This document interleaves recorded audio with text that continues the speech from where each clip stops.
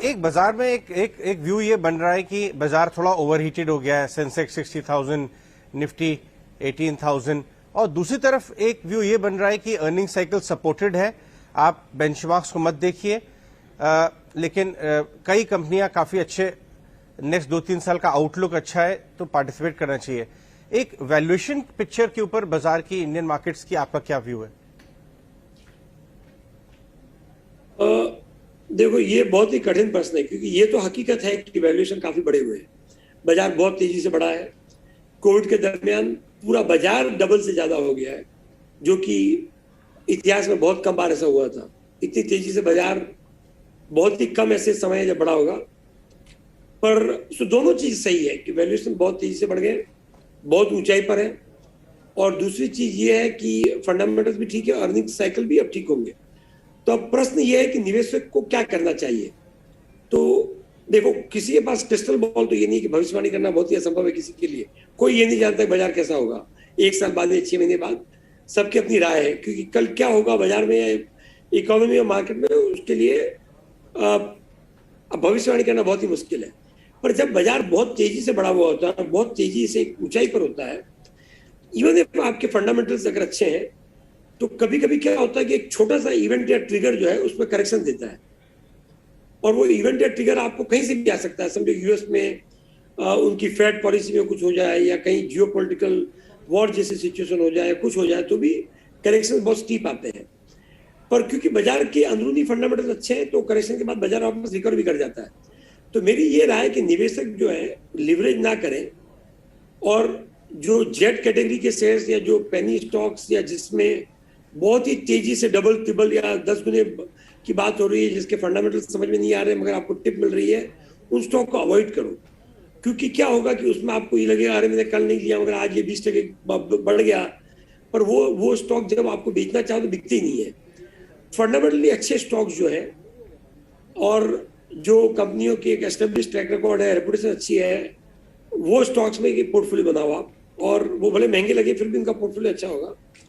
और अगर आपको मार्केट की इतनी समझ नहीं है, तो आप म्यूचुअल फंड के जरिए इन्वेस्ट करो, और अपना थोड़ा पैसा जो है डेट या लिक्विड फंड में भी रखो। पूरा का पूरा पैसा इक्विटी मार्केट में मत लगाओ, लिवरेज कम करो। एफएनओ की ट्रेडिंग वही करे जिनको बहुत अच्छी समझ हो। अगर आप अगर नहीं समझते हो, तो ऑप्शंस और फ्यूचर्स की ट्रेडिंग जो है, उसमें जो लालच है कि बहुत तेजी से पैसा बनेगा, वो अच्छा नहीं है, और उससे थोड़ा दूर रहो। क्योंकि क्या होता है कि अगर मार्केट बढ़ भी रहा है, पर एक शार्प करेक्शन से आपकी पोजीशंस कट जाती है और आपको लॉस हो जाता है। तो आप स्पेकुलेशन से, रिस्क, एफएनओ से और लिवरेज से, अगर आप छोटे इन्वेस्टर हैं, बहुत ज्यादा मार्केट की समझ नहीं है, तो बचें। और जिनको मार्केट की बहुत ज्यादा समझ है, उनको राय की जरूरत भी नहीं है, क्योंकि वो समझते हैं मार्केट, शायद आपसे हमसे ज्यादा समझते हैं।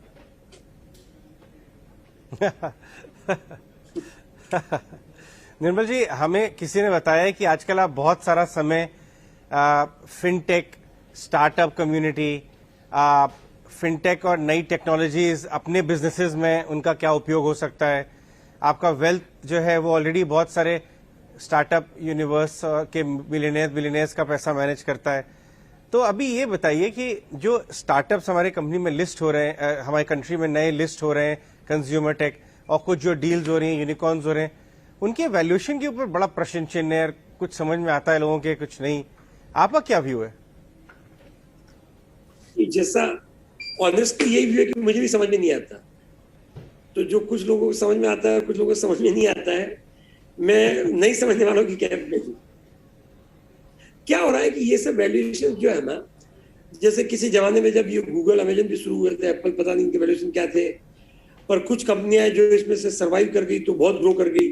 पर बहुत सारी ऐसी कंपनियां भी है, जैसे कि इवन जैसे याहू जैसी कंपनियां हैं, बहुत सारी बड़ी बड़ी कंपनियां जो किसी जमाने में अच्छी चल रही थी, नहीं चली। तो ये जो है ना, बहुत ही हाई रिस्क और हाई रिवॉर्ड गेम है, और इसमें अगर इन्वेस्टर पैसा डाले तो ये समझ के डाले कि हो सकता है कि कुछ स्टॉक्स बहुत अच्छा रिटर्न दें, कुछ स्टॉक्स में बहुत बड़ा लॉस हो। तो अगर आपके पास एक रिस्क एपेटाइट है, रिस्क कैपिटल है, तो ये आप इन सब स्टॉक में पैसा डालो। और आप कब होगी, जब समझो आपके पास एक बहुत अच्छी, मतलब आप HNI कस्टमर्स है, आपके पास बहुत बड़ा पैसा है और आप रिस्क ले सकते हो, तो आप थोड़ा पैसा इसमें डालो।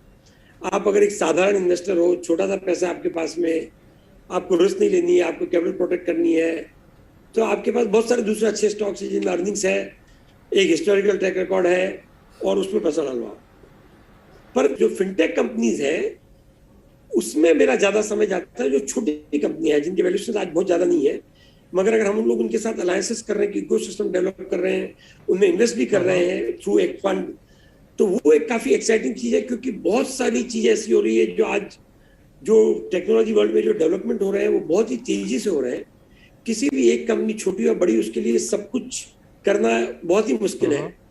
तो अगर आप उनको जो एंटरप्रेन्योर्स है बहुत ही स्मार्ट और बहुत ही तेज है, उस तरह के आदमी आप हायर नहीं कर पाओगे, वैसे एम्प्लॉयज आपको मिलेंगे नहीं।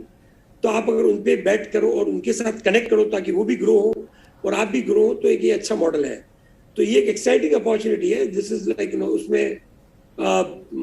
उसमें मुझे भी इंटरेस्ट है और मैं भी समझ रहा हूँ और सीख रहा हूँ उसमें।